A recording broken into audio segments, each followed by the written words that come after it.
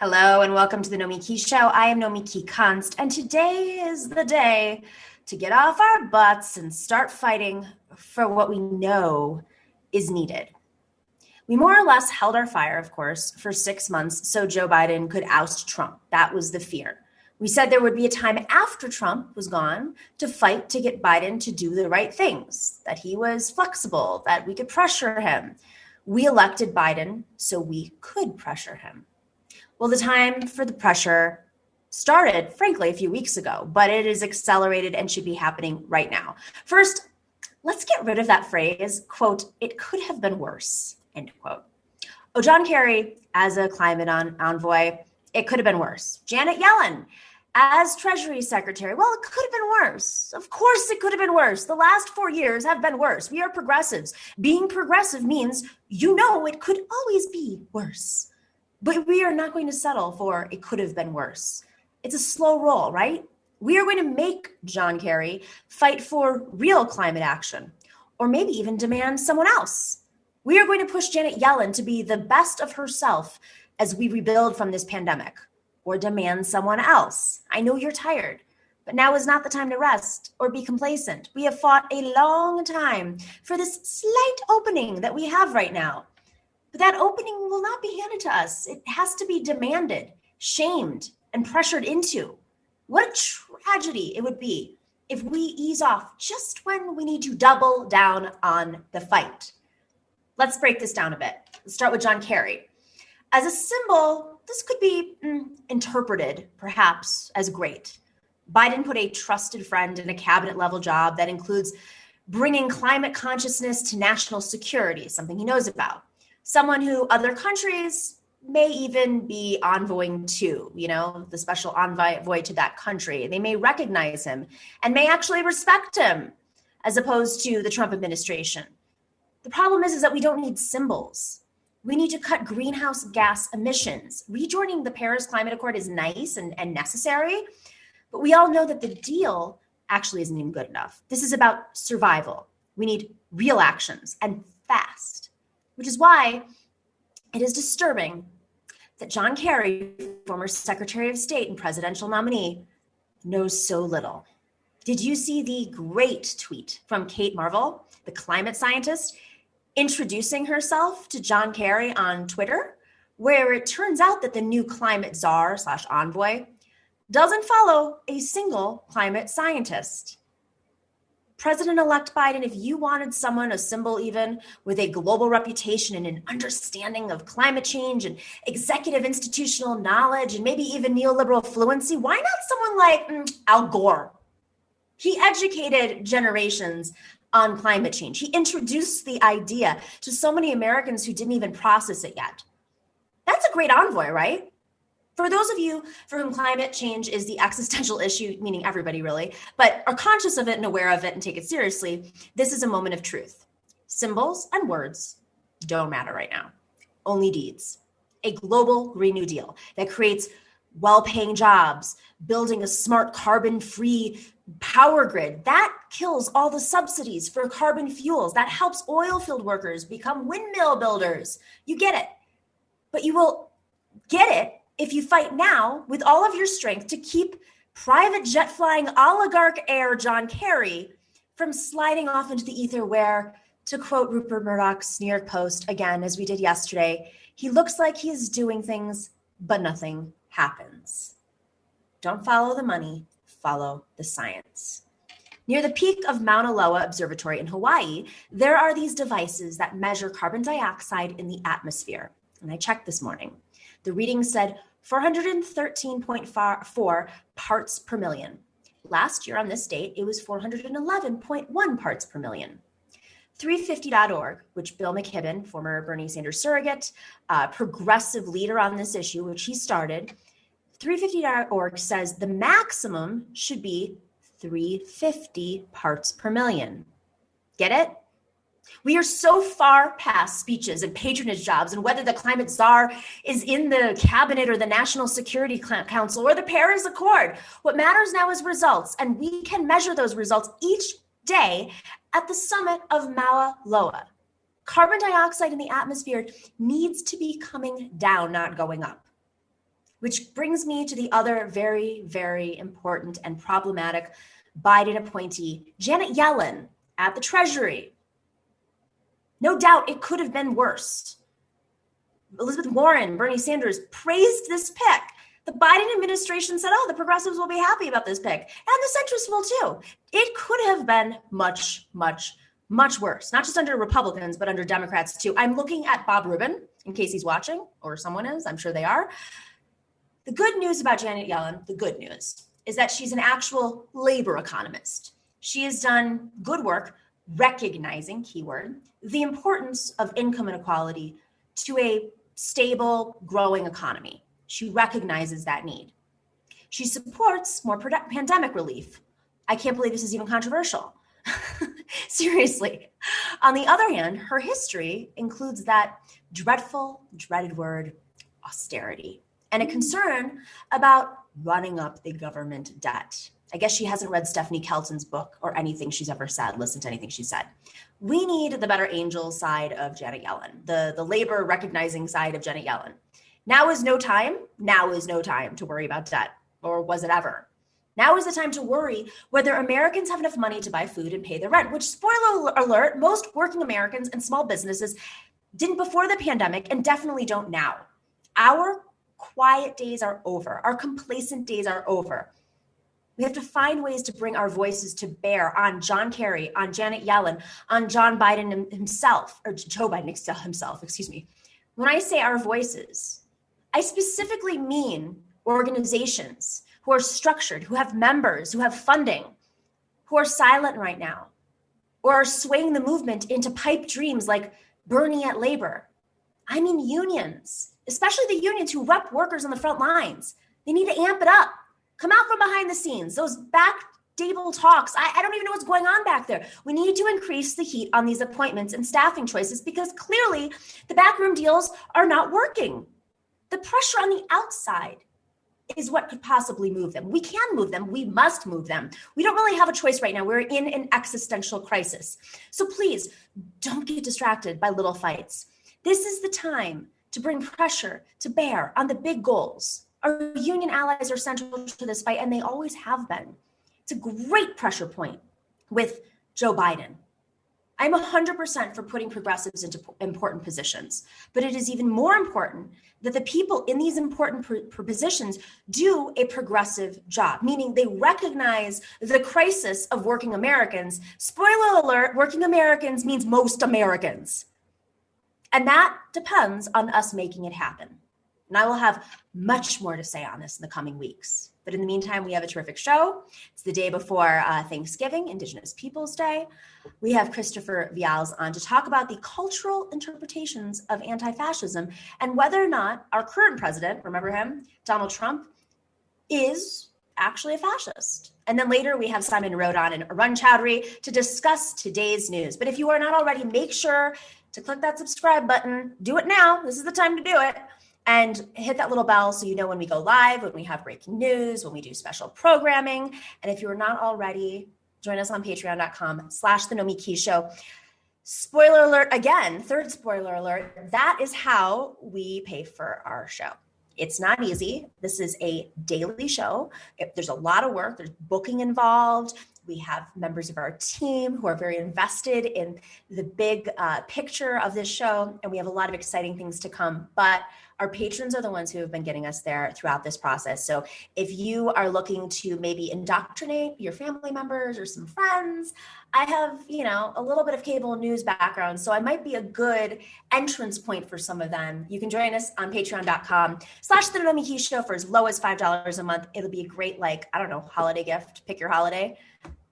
I think it's fun. I'm going to start gifting my friends' shows to my family members that are open to indoctrination. I have a lot of Republican family members who just voted for Joe Biden. I was like, step 1, step 2, read Stephanie Kelton. Step 3, let's get into their breaking down the Fox News, propaganda. But this is how you do it. You got to inform them and just say listen, just check out the show, just one episode. Let's just open your mind up a little bit. You'll be surprised. All right, guys, we'll be right back with Christopher Vials.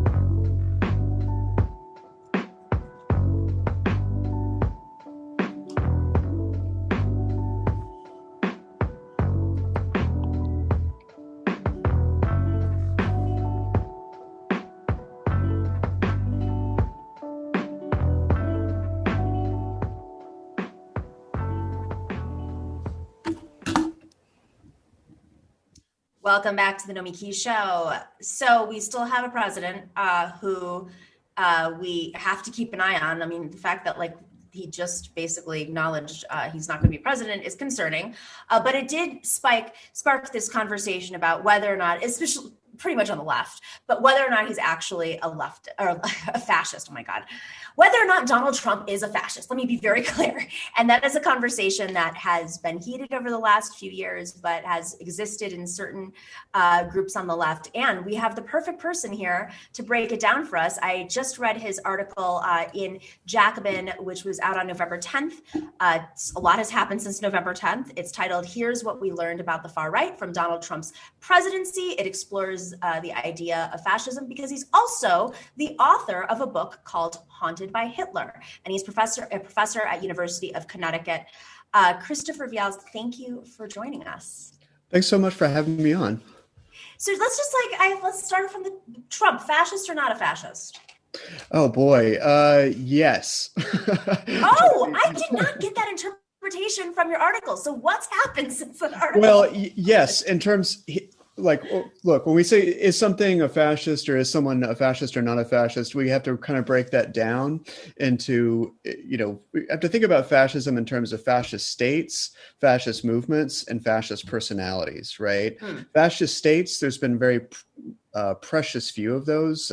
Germany, Italy before World War II, Spain, Imperial Japan, historians quibble about them, but they've been mercifully few. And, the United States, despite Trump, didn't become a fascist state, though we certainly moved in that direction. We certainly became more authoritarian, but if Trump had turned it into a fascist state, we wouldn't be talking right now. But fascist movements have existed in all countries for the most part since World War II and before, right? Including in this country. And some of them have been quite mainstream, whether we're talking about the Klan in the 1920s, Father Coughlin's movement in the 30s, George Wallace in the 60s. They've actually been around and they've exerted a real impact on American history and American culture and American life. Trump, he didn't command a fascist state. He didn't basically command a coherent fascist movement. The Republican Party is still not a full-blown fascist party, though it's got those elements in it. But what he is a kind of a fascist in his personality and in his rhetoric. And what you look for, if you think about fascism is a particular strand of the right. It's a particular strand of the political right. It's more specific than conservatism or even authoritarianism. It's a kind of right-wing politics in which the mobilizing passions are all about race, nation, action, violence. It's explicitly anti-Marxist. It's hyper-nationalistic. It's not so much about tax cuts or deregulation or those kind of libertarian themes that you're used to, and you'll see first and foremost in people like Ted Cruz, right? So it's a different animal, and but Trump in his rhetoric presses all of those fascist buttons. For those of us who study this stuff, the words are there. And what's scary is that he's proven that a fascist rhetoric, at the very least, is electable. He just wasn't able to move the state fully over in that direction. Is it because he didn't have enough time? Possibly, and he doesn't have the training, right? And we're also in a different. Seriously, is there a school? I thought that was Steve Bannon. Because they locked him up. He didn't get to go to that monastery in Italy. That's Steve Bannon's I think there's a school. There's a school in Michigan somewhere that's pretty scary, and Liberty University maybe. But but yes, he just basically. So he didn't get the best schooling in the world. Sorry. No, he didn't get the best schooling in the world. Exactly. But no, he went to his job really was a face man and a confidence man for his father's real estate empire in New York. And so he is not somebody who came up through the ranks of the military like a Hitler or a Mussolini, who is a movement builder, who is an organizer, right? He's a pure narcissist and a TV star, right? And so that's his movement kind of rises and falls based on his own personality. And that's the weakness of basing a movement on one person's personality when there's no kind of organizing to back it up, right? So what we got to look out for is somebody like that who is a little bit more savvy as a politician and an organizer, right? I mean, as of I have a lot of questions just to go back to the fascism, but as of right now, there aren't really on both sides any people, any politicians, any leaders who have a movement that they've organized on behalf of their cause. That, I mean, we're all talking about like, well, Trump paved the way. It's we worry about who's next, somebody who speaks slicker. It's like, I actually thought that his rhetoric was exactly the tone that you need to mobilize those folks. But if those folks are not being organized, so is there somebody that can inherit his movement that has been pseudo-organized and build off of it that we're just not aware of, that has that experience of organizing? I haven't seen that person yet, thankfully. But we can't lull ourselves to sleep thinking that they won't find that person. I think the that police movement. Union president. I'm sorry. Like the police union president Yeah, or something. Right. Something like that. Or a military man, right? Somebody who's maybe a veteran is read as like a man of honor, right? Who's respected. And who, again, can really organize people beyond just being on TV and making a lot of noise, right? So, yeah, I mean, I haven't seen that person out there who is a direct replacement of Trump. But at the same time, I think that movement is in crisis because it's not easy for them to find another Trump. Can they find another TV star with white nationalist politics or neo-fascist politics? Maybe. Can they find that person who's a shrewd organizer on top of that?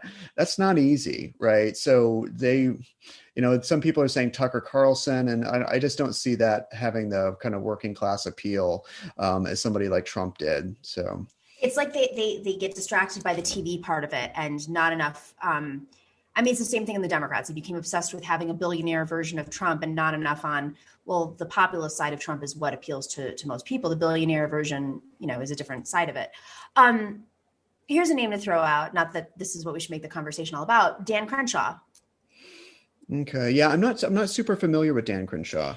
He's a veteran. I mean, the reason I say is they can always move you further right. Like you can start, if you're starting off as an organizer and they're moved further right, like that's, I think you bring up a very strong point, which is if you don't have that organizing, you mentioned in the piece, he's more like a Berlusconi than a Mussolini. Mm-hmm.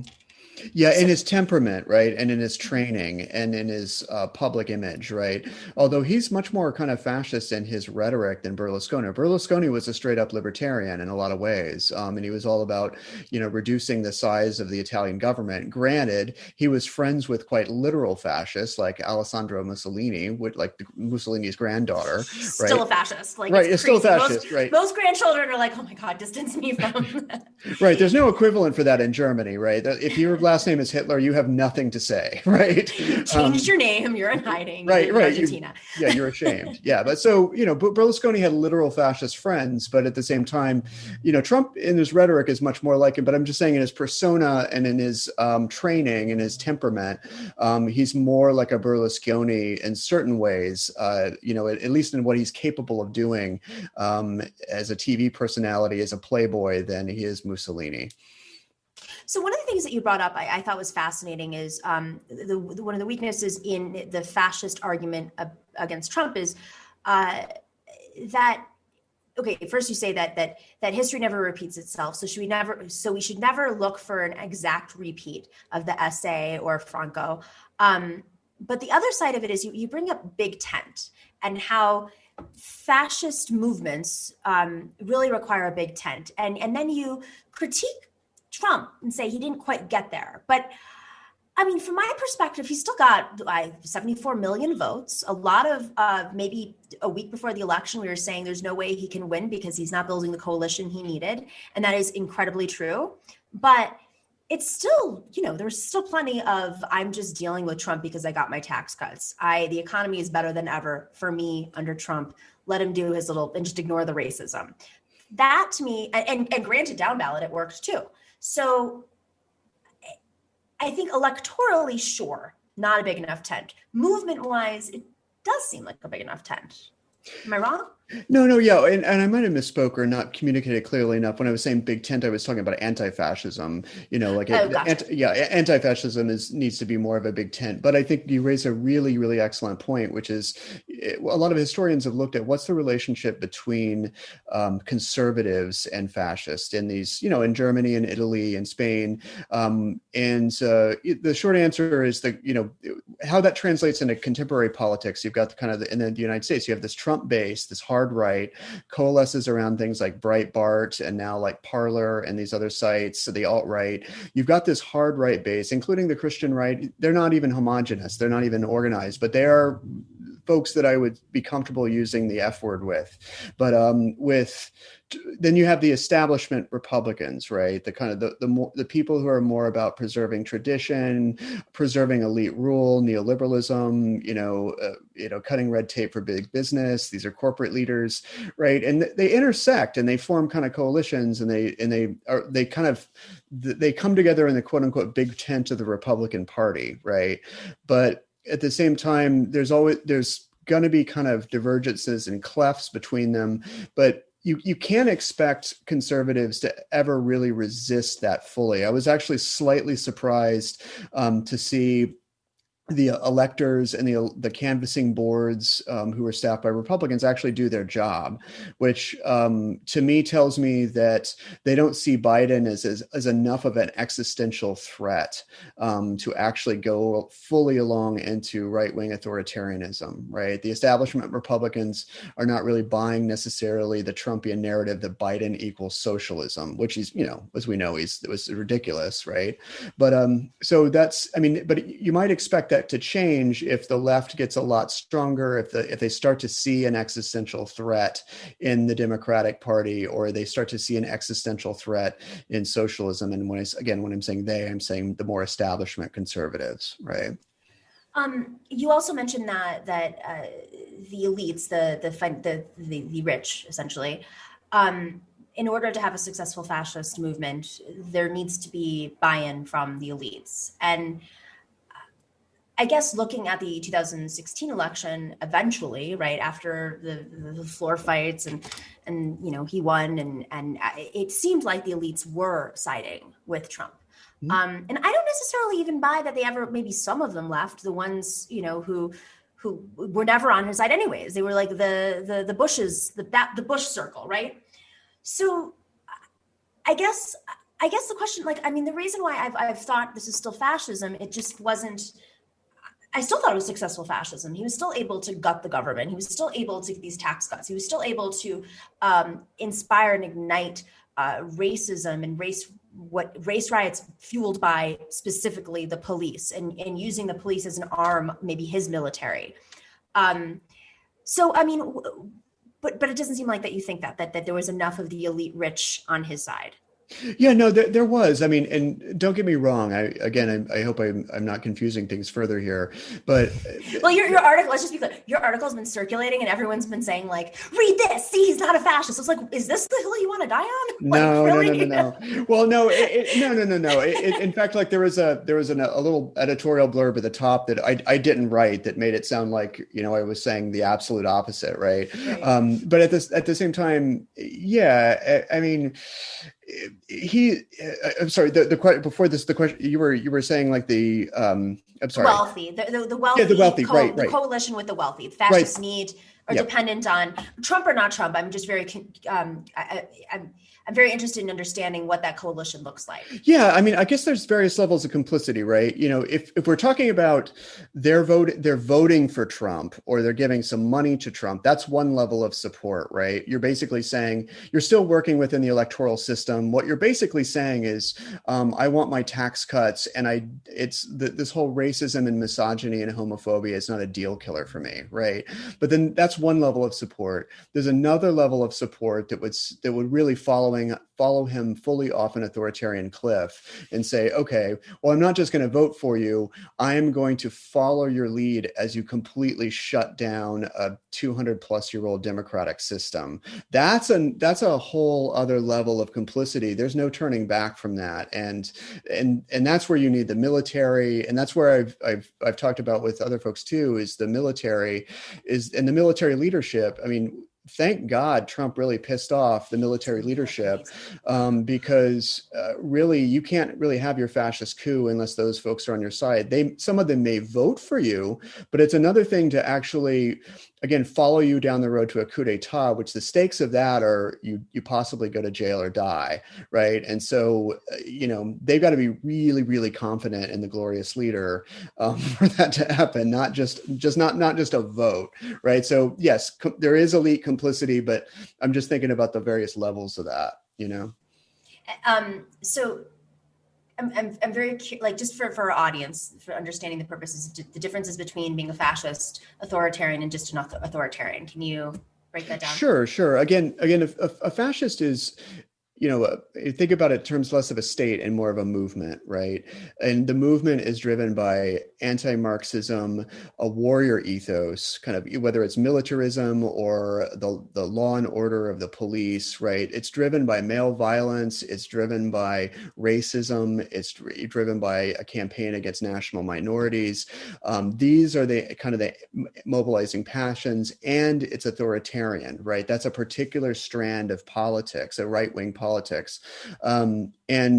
There is also there's a kind of an elite conservatism that I see is kind of separated from that, which is more about, again, preserving elite privileges, class elite privileges, right?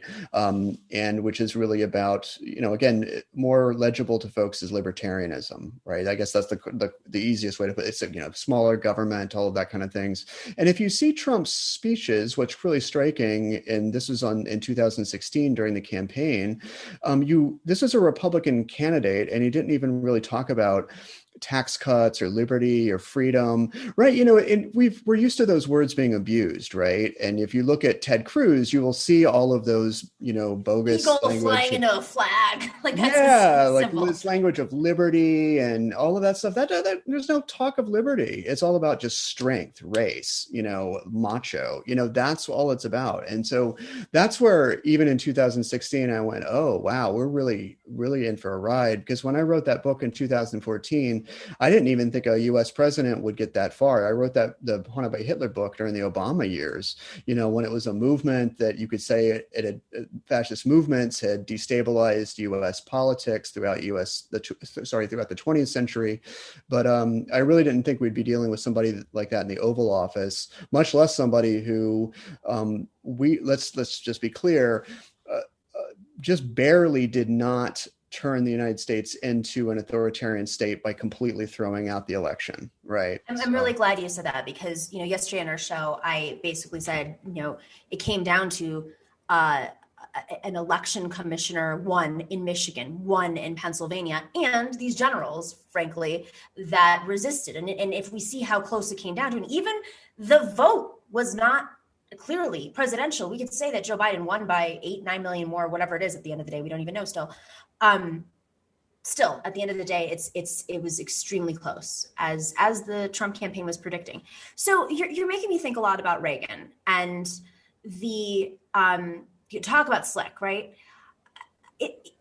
How many of the check boxes would you say that he checked off in terms of, because he did instill hate. There was a lot happening, a lot of racism, a lot of sexism, a lot of classism, a lot of this stuff was happening in the 80s.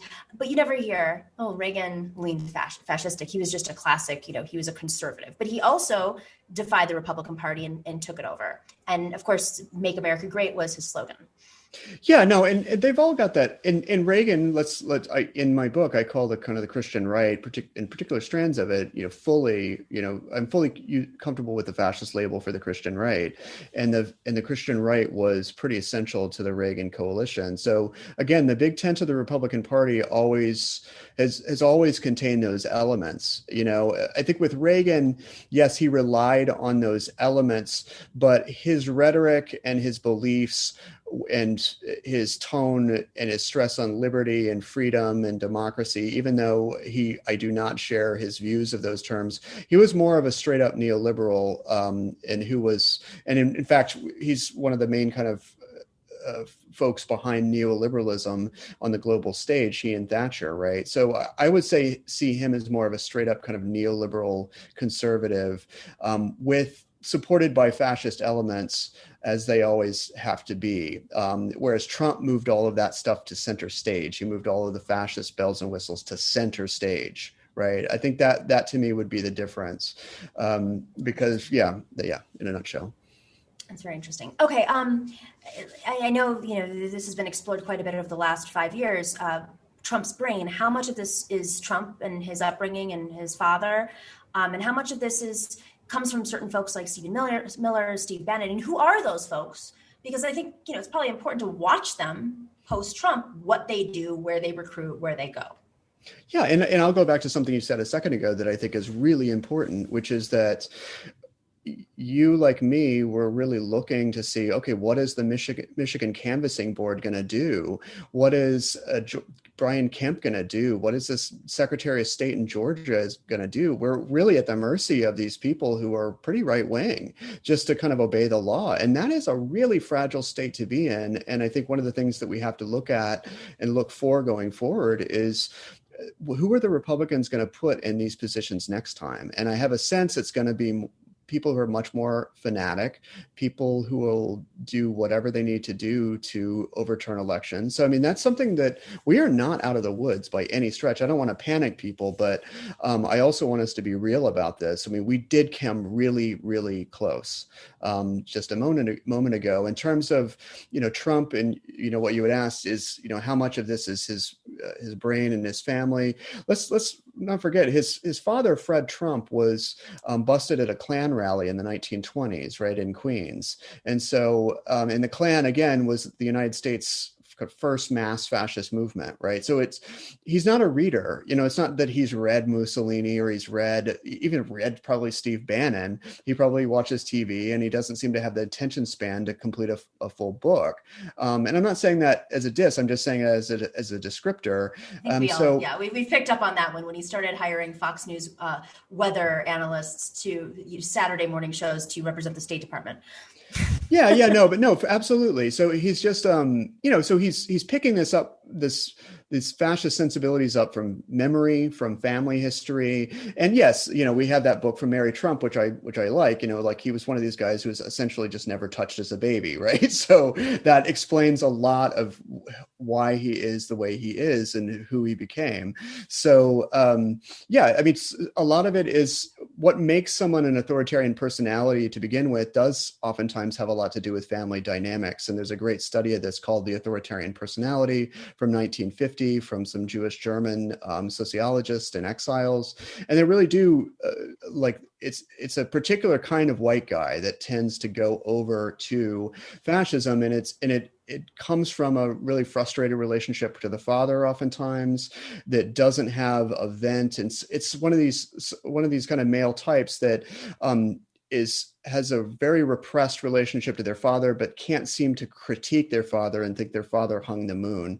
And so, and that's a recurrent thing, right? Over and over, you see in folks who go into leadership positions in these movements. So, when I say it's generally speaking, the leadership positions, it's not like the folks who join the Proud Boys and go out in the street and fight. This is very specific to the leaders of these movements. Well, no, I misspoke. I mean, we don't have a breakdown of say in Germany and Italy of an intricate personality profile of all the rank and file. But I would say the rank and file and leaders. But I just know more about the leaders to say that for sure. Yeah. Well, it's I'm just curious because we're on YouTube and there's a lot of boys on YouTube. Right. So anything we can do. Maybe we'll have a psychotherapist on to talk about daddy issues. There's a whole generation of German Jewish exiles who in the Frankfurt School, like Wilhelm Reich and Theodor Adorno and Max Horkheimer, who said, yes, we need mass therapy, to wean people away from the authoritarian personality. It's like, well, the challenge is how do you get somebody into therapy who hates introspection, which is part of the fascist personality too? They hate thinking about their feelings and their emotions, so they hate psychotherapy.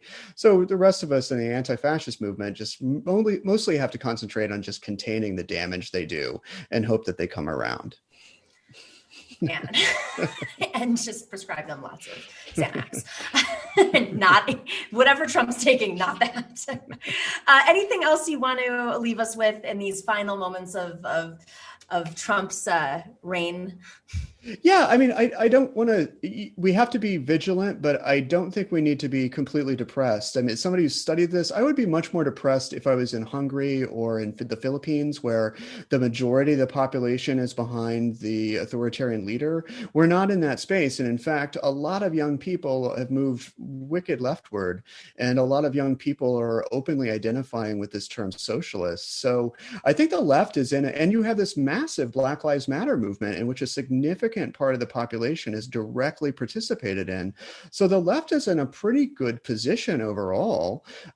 So I think people need to remember that, who are watching this show, is that, if you don't like Trump, you are in the majority, and the majority of Americans are on your side. You're not powerless. You have the numbers. We have the numbers.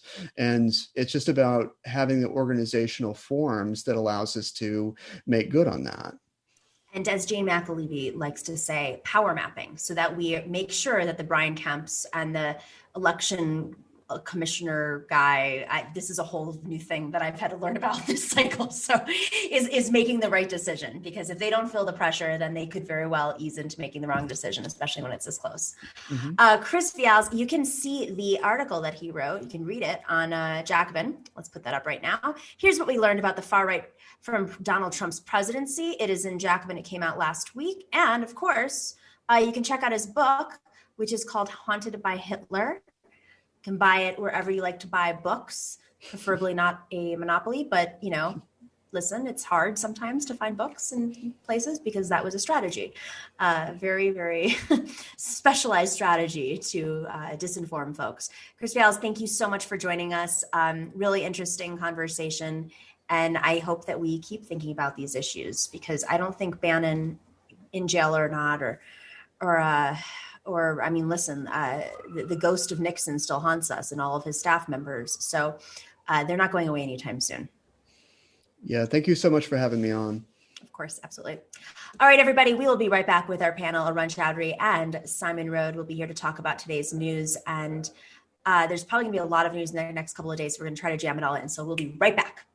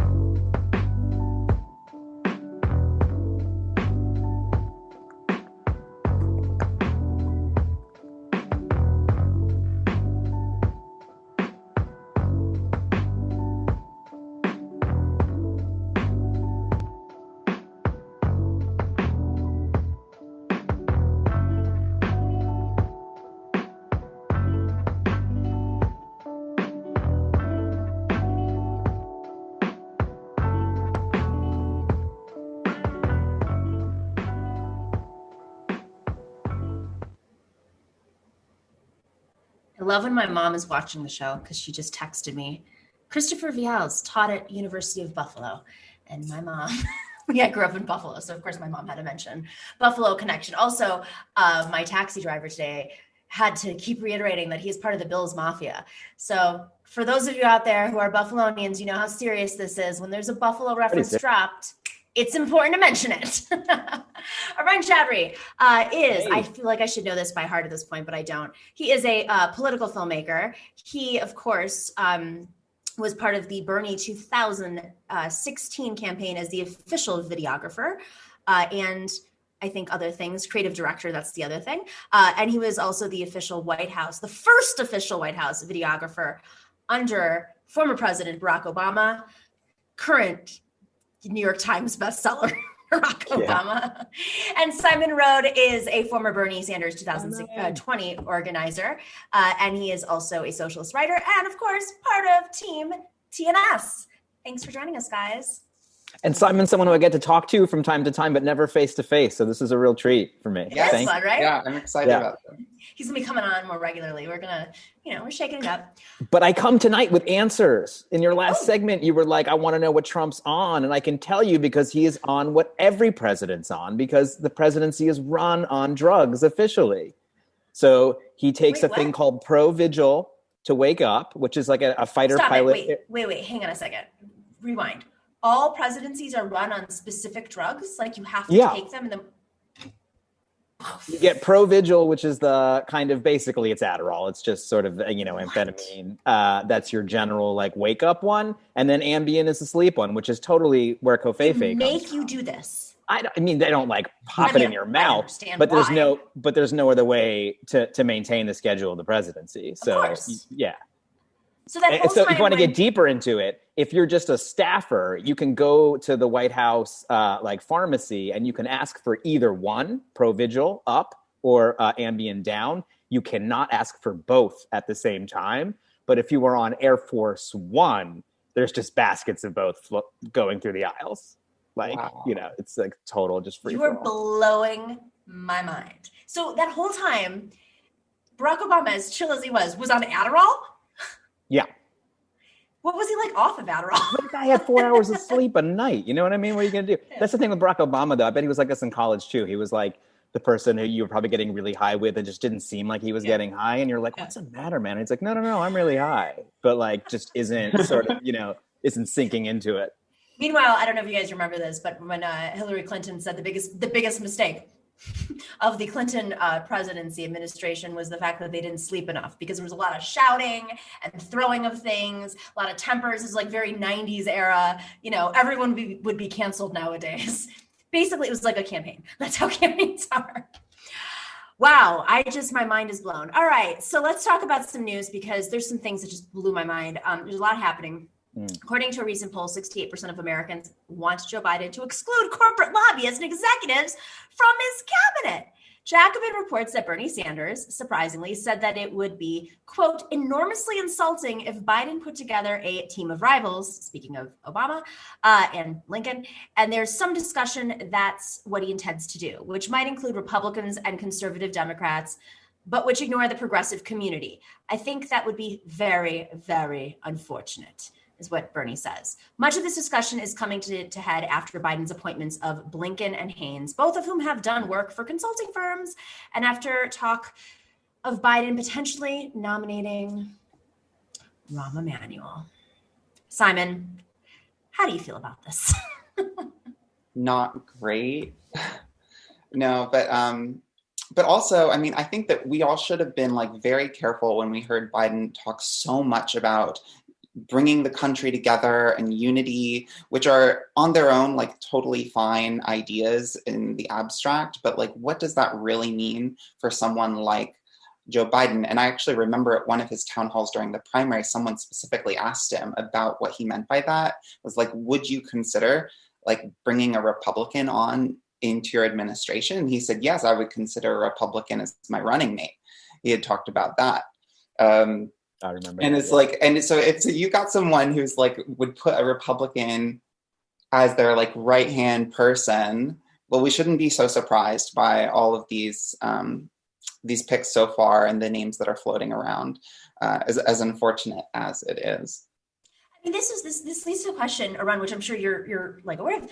It's like the neoliberals or the centrists. Just look at the parties, or frankly, people like John Avlon, who wrote a book on the wingnuts, literally the wingnuts. His wife is Margaret Hoover, grandchild of Herbert Hoover, great grandchild, I don't know.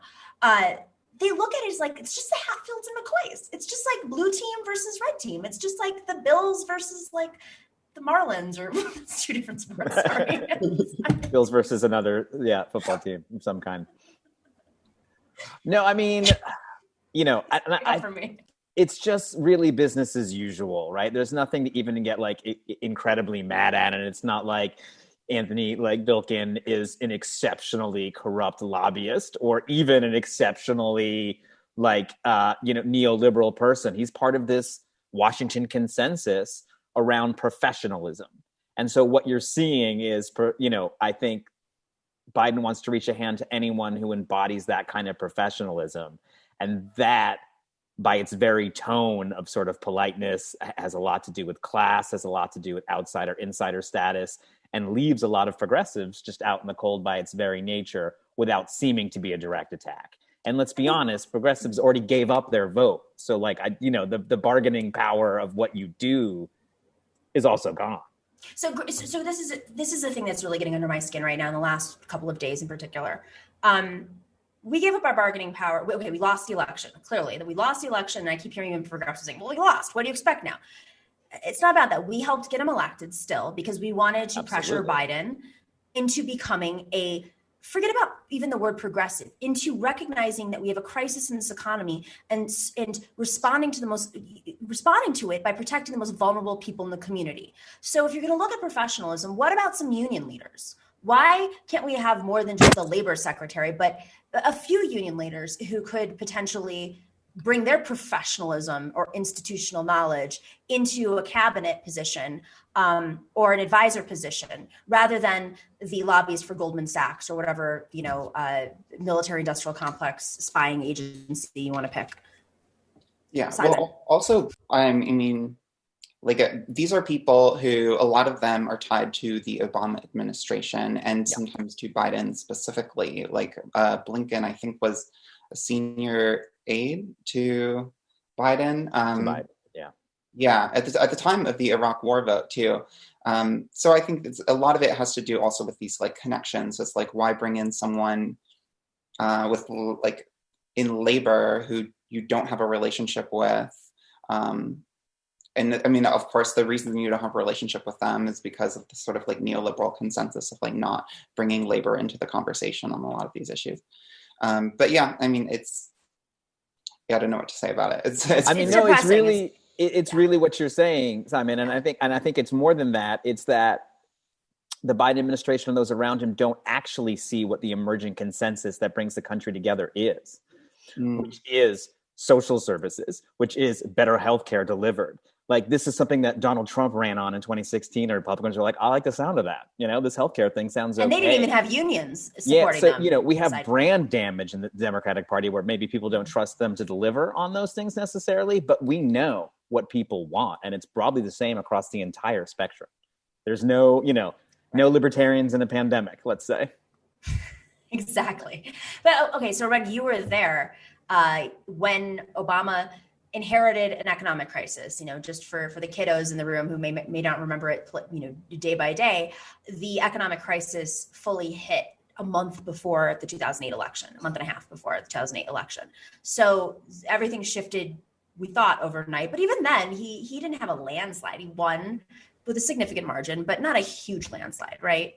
Yeah. Even with Sarah Palin, even with John McCain walking past the cameras and not even recognizing it during town halls. I'll never forget those moments. He forgot how many houses he had also. That was one of my favorites. Oh, I remember that one. Yeah, we made a lot of videos that week. Yes. But you were there watching the president-elect and eventually the president, inherit this crisis. Were you conscious or aware of the kinds of conversations about like the people that they bring in? Of course, people always say, the finance people were brought in, the Wall Street folks were brought in instead of the labor folks or the progressive economists. I mean, what were you thinking at that time when these decisions were being made? Well, we were all a bit punch drunk a bit. And I think we forget this is already the word professional is coming up enough times to make me like sick to my stomach. But like, we're seeing a very professional transition happening now. Obama was a bit of an outsider in the Democratic Party. We bumbled through transition in a lot of ways, didn't know where the offices were, couldn't figure things out, and lost a ton of nominees in the first week. It was like Daschle went down, Richardson went down. Like this sort of of the people who, they just went down.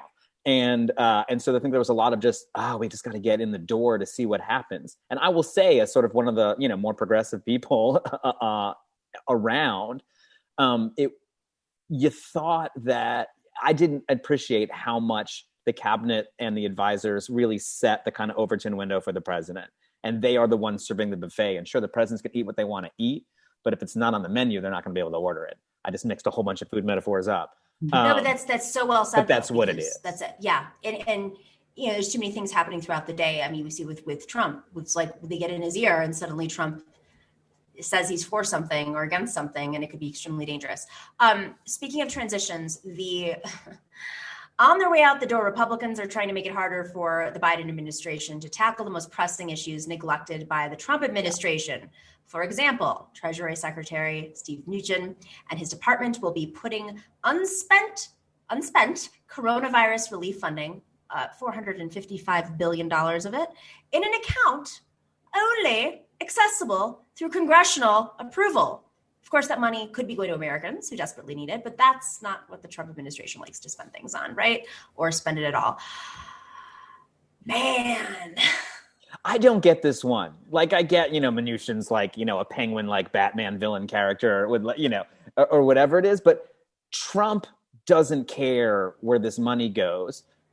Doesn't Trump want this money to go out in a check with his name on it? He knows what the people want, and he wants their love. That's all he's ever wanted. So I actually don't understand the obstacles in between him just sending this money out to the people and being like, I care about you, love me back. I mean, does he even get it? Like, Simon, like sometimes some of these things, as you know, happen through like loopholes in the law. Like I didn't even know that was something that they could do. Right. And it might come back and bite them in the ass if we win the Senate, if Democrats win the Senate, unless, of course, a couple of Democrats don't side with Democrats. What do you think, Simon? Well, I think that, I think that it's important to remember that these decisions are never made by one person, that this is, that this might even have been out of Trump's hands, there are a lot of people, I think, who would rather see like a Democratic administration fail in terms of like COVID relief than to see people actually get the money and support that they need. And so this could just be like a partisan power play kind of thing for the Republican Party against an incoming Democratic administration. It's definitely not the vibe. Oh, sorry. Go ahead. No, go ahead. I was going to say definitely not the vibe, and I'm not a fan of Bush at all, but not the vibe there, where when we actually went and visited, which was 3 days after the election, the White House, they kicked us out of the room, me and Bush's photographer, clearly, but they were immediately talking about like whether or not they were going to have to like nationalize industries and like what was happening. And like, there were big discussions about big things happening to do with an economy that was in free fall. This is at least as serious. Hundreds and thousands of Americans are suffering. We're not getting that same response. But, speaking of the Overton window, I mean, this is just exactly the issue. It's like we've pushed further and further, right? That like nationalizing isn't even being discussed right now outside of like Jacobin circles and our circles. Maybe like we've even probably mentioned it on our show 5 times. The fact that this isn't one of the first questions brought up or discussions or ideas is kind of mind-blowing. I mean, they can't even, for lack of a better word, eliminate student debt, nationalize student debt or financing of education. My concern is about this Steven Mnuchin thing. Number one, Steven Mnuchin is not like a political actor. He is a Wall Street, hedge fund dude. Like, what does he even lose by doing this? Number one.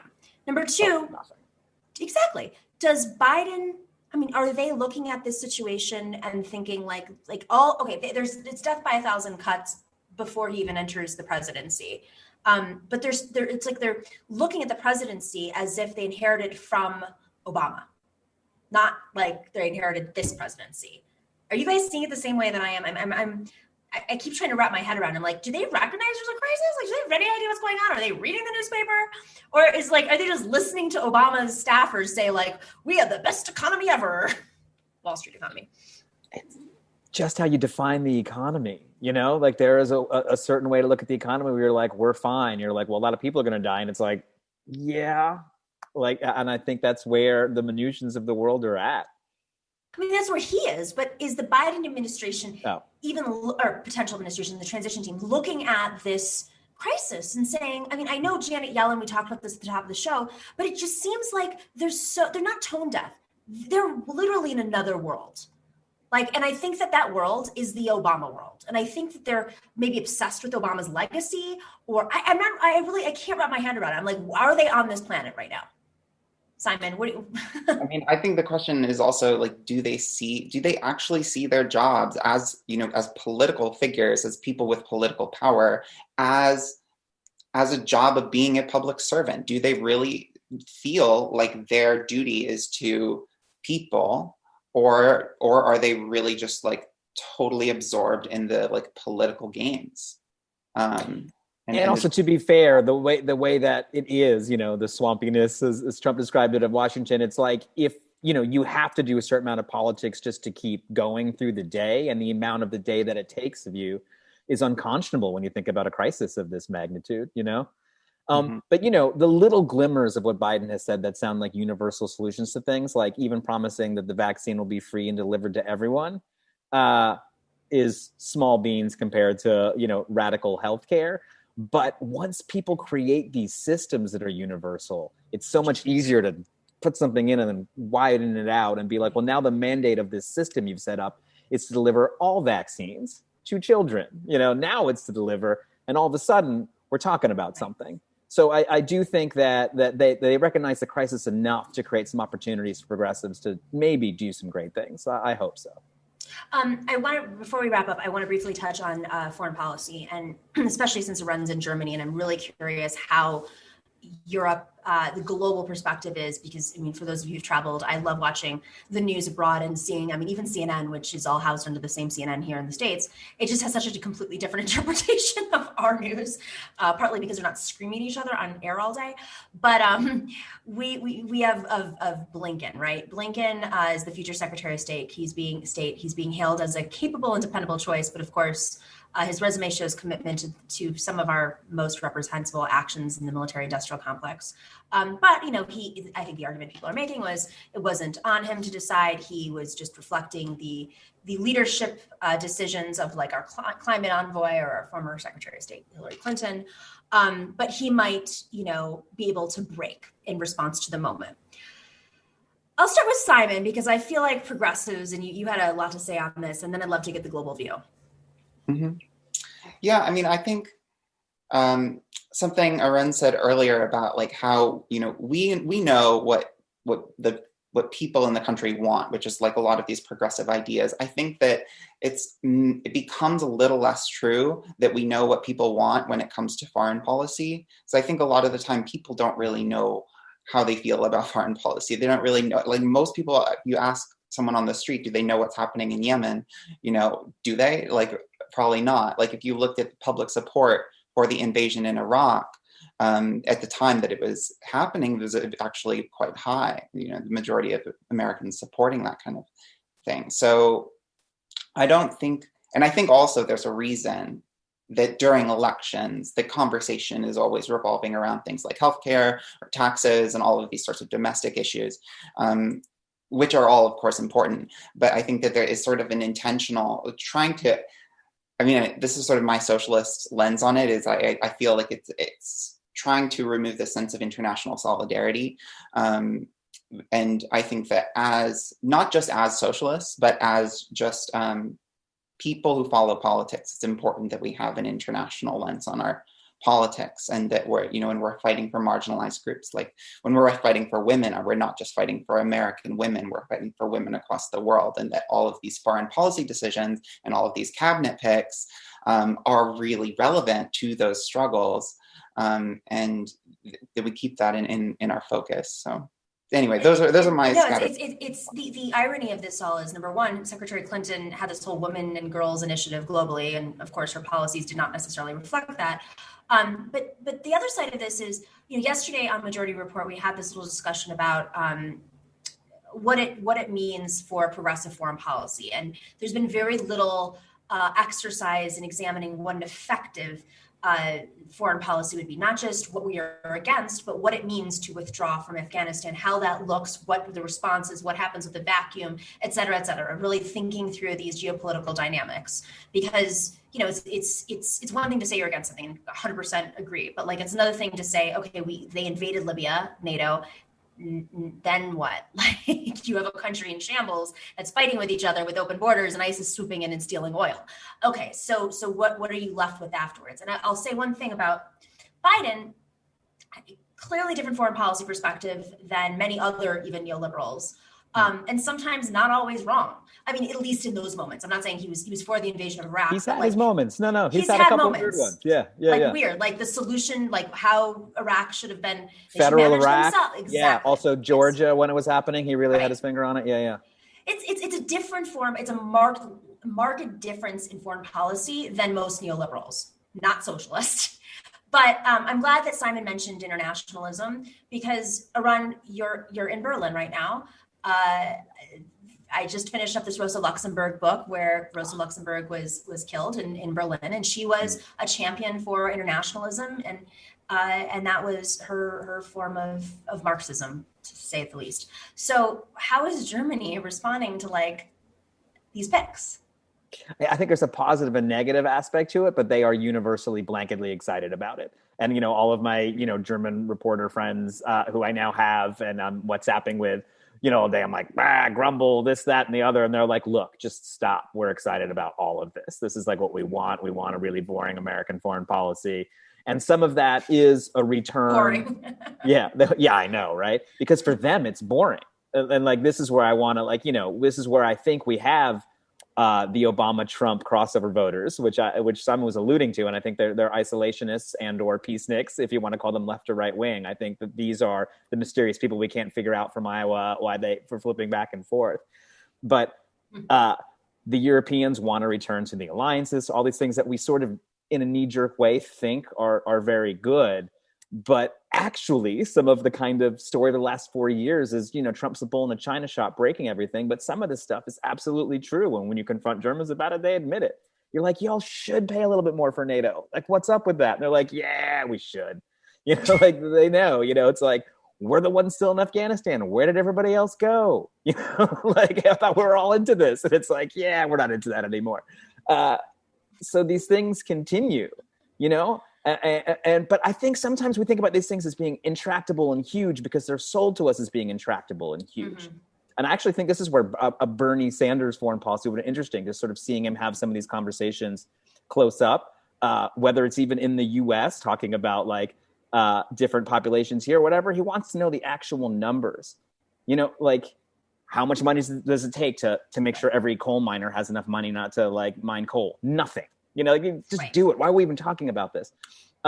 Something like in Afghanistan, you're like, well, look, we broke it, we bought it, but we can't stay here forever. So like, what does it cost to evacuate every single person who wants to leave the country? Like, yeah, an astronomical eye-popping figure, but not the same as 10, 15 more years of war. Exactly. So I think we have to confront the reality of where we're at in foreign policy. And people in Germany, people all over Europe don't want us to confront that because the sort of middle of the road, we're in it but not in it stuff is great for everybody else. Yeah, the price tag has been put on the U.S. and of course, just to go back to what Simon said, which was so eloquent. You know, you don't see any conversation about foreign policy in campaigns for the most part, campaigns or in the media. Yet and it's all on domestic policy. Yet when you look at the budget, it's the absolute inverse. And the power of the president.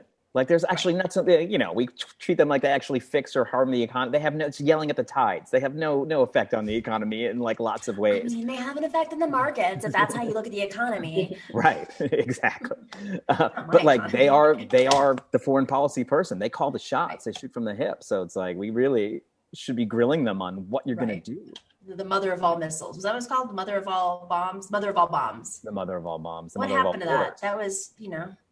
And I think that the contending with and keeping an eye on and looking very critically at this transition that Biden's putting together and the cabinet picks that he's nominating, I think it's really going to be a challenge for liberals to look critically at this without also looking critically at the Obama years, as so many of these people are coming from. Mm-hmm. And as we know, that is like one of the most difficult things to get a liberal to do, is to look critically at the Obama years. But I think it's really important that we talk about the, you know, drone strikes, talk about Libya, talk about all of the stuff that may be an uncomfortable conversation, but it is really important. And through that process of having those conversations, we can actually get people to maybe come a little further left. I think that's the Achilles heel of the Democratic Party. And I nominate Arun Chaudhary to be the special envoy to the Obama people into moving them a little bit more left, including the administration people. No, and some of it is also sort of, you know, I haven't read the book, but it does seem like every presidential memoir is revisionist history. But some of what hurts me as someone, you know, who is you know, on the team is that he's revising it sort of the wrong way. I'm like, shouldn't you be pretending the other thing? You know, so for me, something that was a really proud moment was when we didn't bomb Syria. And the president said something great. What did he say? He was like, bombing something because everyone says you can is like a dumb reason to bomb something. And it was like, yeah, man, totally. Like, that's exactly the right answer. And now hearing like the regret and the pain and, we should have bombed them, it hurts. It hurts. Oh my God. Well, inshallah, things will get better. As Joe Biden would say, inshallah. Oh, yes, he does say that. He also says despacito and all these other things that are very clever. Simon Rowe, thank you so much for joining, and Arun Chaudhary, of course. And by the way, Simon, happy birthday. Your birthday was yesterday. Wow. It was nice. Sunday. Thank you. Yeah. I'm glad you had a nice birthday. And to everybody else who is celebrating Thanksgiving, Indigenous Peoples Day, Gratitude Day, however you would like to interpret it, so it's not recognizing murderous colonizers. I hope you enjoy your holiday, and I hope you enjoy it from Berlin. Thank you. All right, take care, everybody. We're going to have just a little programming note. We're going to have some specials up tomorrow, Thursday, and on Friday, some special interviews that we pre-taped. So you definitely want to check that out. I won't have a monologue because, you know, everyone's got to get a day off. So definitely check that out if you have time this weekend. We're going to be posting those interviews on Thursday and Friday, and then we will be back live on Tuesday of next week, which I believe is another month. Is that December 1st? Do we have any shout outs, Dorsey? Am I missing these little shout outs? Let me just check out. Tuesday, yes, it will be December 1st. Where did this year go? So December 1st, we will be up live again. And I hope you guys are all taking the time, social distancing if you can, wearing your masks, not taking your masks off inside unless you've made sure that these people are all, you know, COVID free. Even if you've had COVID, I don't know why I have to say these things. I feel like we all know these verbatim now.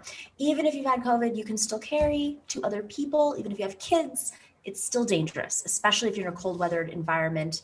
It's spreading faster because people are hanging out indoors more. Special shout outs to, I'm not gonna do well with this one, but let's try.